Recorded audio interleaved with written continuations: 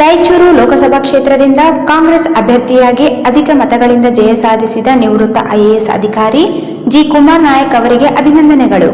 ಕಾಂಗ್ರೆಸ್ ಪಕ್ಷದ ರಾಯಚೂರು ಜಿಲ್ಲಾ ಅಧ್ಯಕ್ಷರಾದ ನಂತರದಲ್ಲಿ ದೇವದುರ್ಗ ವಿಧಾನಸಭಾ ಕ್ಷೇತ್ರದಲ್ಲಿ ಪಕ್ಷವು ಭಾರೀ ಮತಗಳು ಪಡೆದು ಮೊದಲ ಬಾರಿ ಭರ್ಜರಿ ಜಯಭೇರಿಗೆ ಕಾರಣರಾದ ಕಾಂಗ್ರೆಸ್ ಪಕ್ಷದ ಜಿಲ್ಲಾಧ್ಯಕ್ಷ ಬಸವರಾಜ್ ಪಾಟೀಲ್ ಇಟಗಿ ಅವರ ಮತ್ತು ಕಾಂಗ್ರೆಸ್ ಪಕ್ಷದ ಹಾಗೂ ಬ್ಲಾಕ್ ಅಧ್ಯಕ್ಷರು, ಮುಖಂಡರ, ಕಾಂಗ್ರೆಸ್ಸಿನ ಕಾರ್ಯಕರ್ತರು ಪರಿಶ್ರಮದಿಂದ 22,000 ಮುನ್ನಡೆ ಮತಗಳು ಪಡೆದಿದ್ದಕ್ಕೆ ಮತದಾರ ಪ್ರಭುಗಳಿಗೂ, ಯಾದಗಿರಿ ಜಿಲ್ಲಾ ಕಾಂಗ್ರೆಸ್ ಮುಖಂಡರಿಗೂ ಮತ್ತು ಕಾರ್ಯಕರ್ತರಿಗೂ, ರಾಯಚೂರು ಜಿಲ್ಲಾ ಹಿರಿಯ ಮುಖಂಡರಿಗೂ ಹಾಗೂ ಕಾರ್ಯಕರ್ತರಿಗೂ ಹೃತ್ಪೂರ್ವಕ ಕೃತಜ್ಞತೆಗಳು ಸಲ್ಲಿಸಿದ್ದಾರೆ.